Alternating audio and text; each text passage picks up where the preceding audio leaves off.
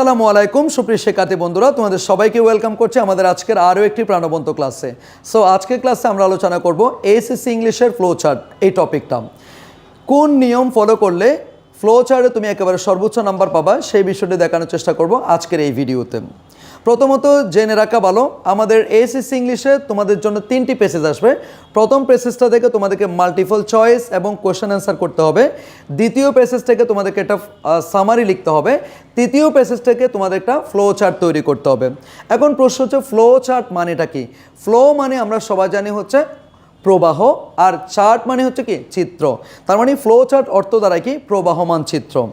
এখানে পেসেজটা দেওয়া থাকবে, ওই পেসেজের আলোকে তোমাকে একটা ফ্লো চার্ট তৈরি করতে বলবে এবং ওই ফ্লো চার্ট তৈরি করার জন্য তোমাকে একটা স্যাম্পল দেওয়া থাকবে। ওই স্যাম্পলের মধ্যে যে গ্রামাটিক্যাল কনসেপ্ট মেনটেন করা হয়েছে আর বাকি যে ইনফরমেশনগুলো তোমার থেকে লিখতে হবে, ওই ইনফরমেশনগুলো অবশ্যই ওই একই গ্রামাটিক্যাল কনসেপ্ট মেনটেন করতে হবে। এইটাই হচ্ছে flow chart.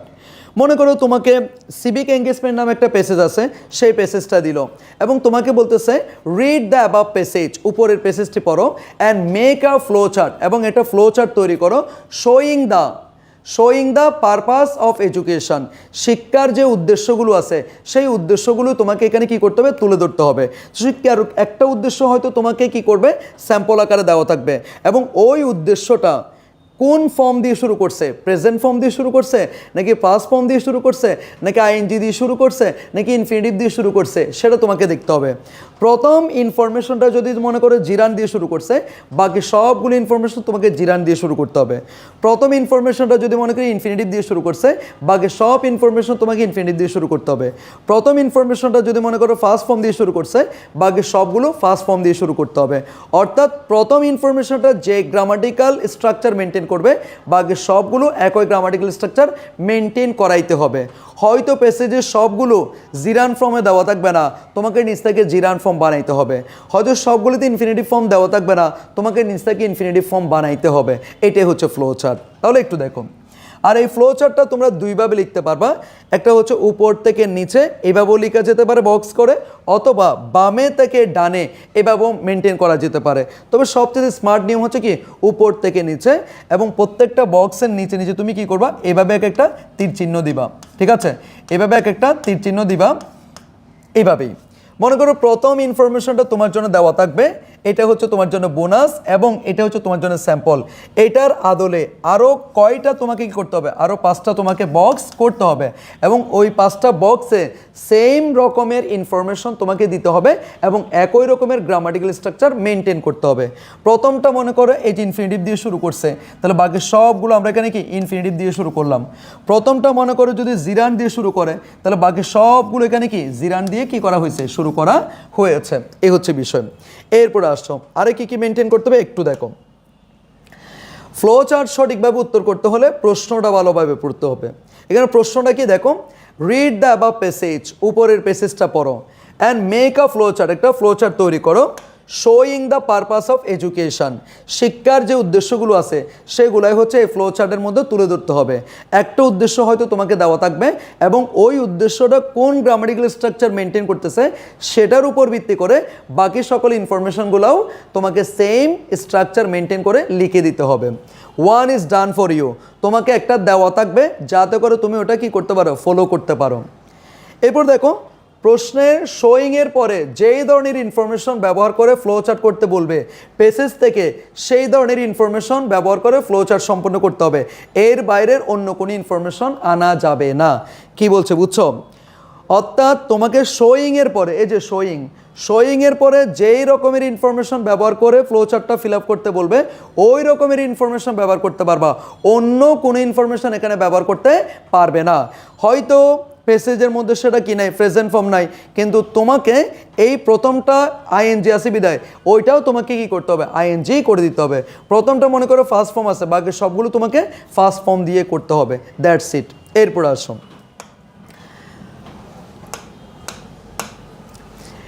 Tips to know, যে বিষয়গুলো তোমাকে অবশ্যই জানতে হবে সেটা একটু দেখো। ফরমেশন সিকোয়েন্স মেনটেন করতে হবে। প্রথমের ইনফরমেশন যদি কোনো কারণে বার প্লাস আইএনজি দিয়ে শুরু করছে, তাহলে এটাও বার প্লাস আইএনজি, এটাও বার প্লাস আইএনজি, এটাও বার প্লাস আইএনজি, এটাও বার প্লাস আইএনজি।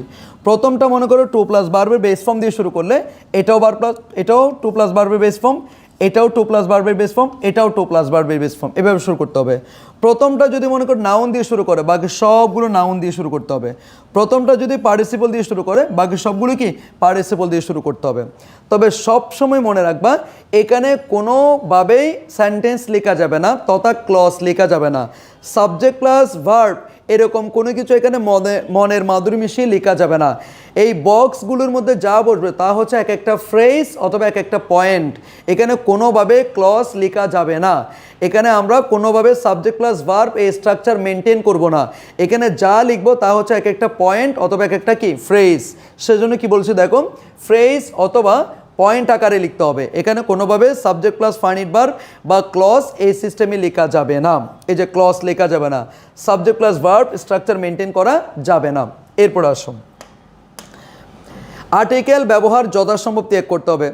যথাসম্ভব চেষ্টা করবা ফ্লো চার্টের মধ্যে যাতে কি না আসে, আর্টিকেল না আসে। এরপরে বক্স ছাড়া ফ্লো চার্ট করা যাবে না। একটা কথা আছে, no box no marks. Box না করলে তাড়াহুড়া করতে গিয়ে তুমি এমনি লিখে দিয়ে আসছো লাইনগুলো, তাহলে নাম্বার পাবা না, কারণ নো বক্স নো মার্কস। আরেকটা বিষয় মনে রাখবা, ফুল স্টপ দেওয়া যাবে না। আমরা মজা করেই বলি ফুল স্টপ মানে হচ্ছে মার্ক স্টপ।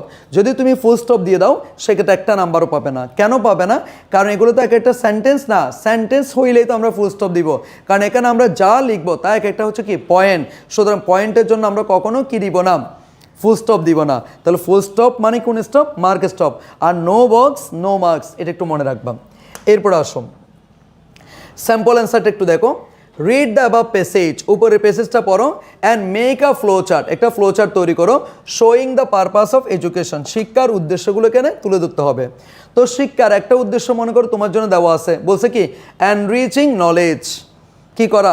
জ্ঞান সমৃদ্ধ করা, এটা শিক্ষার একটা কি উদ্দেশ্য। Okay fine.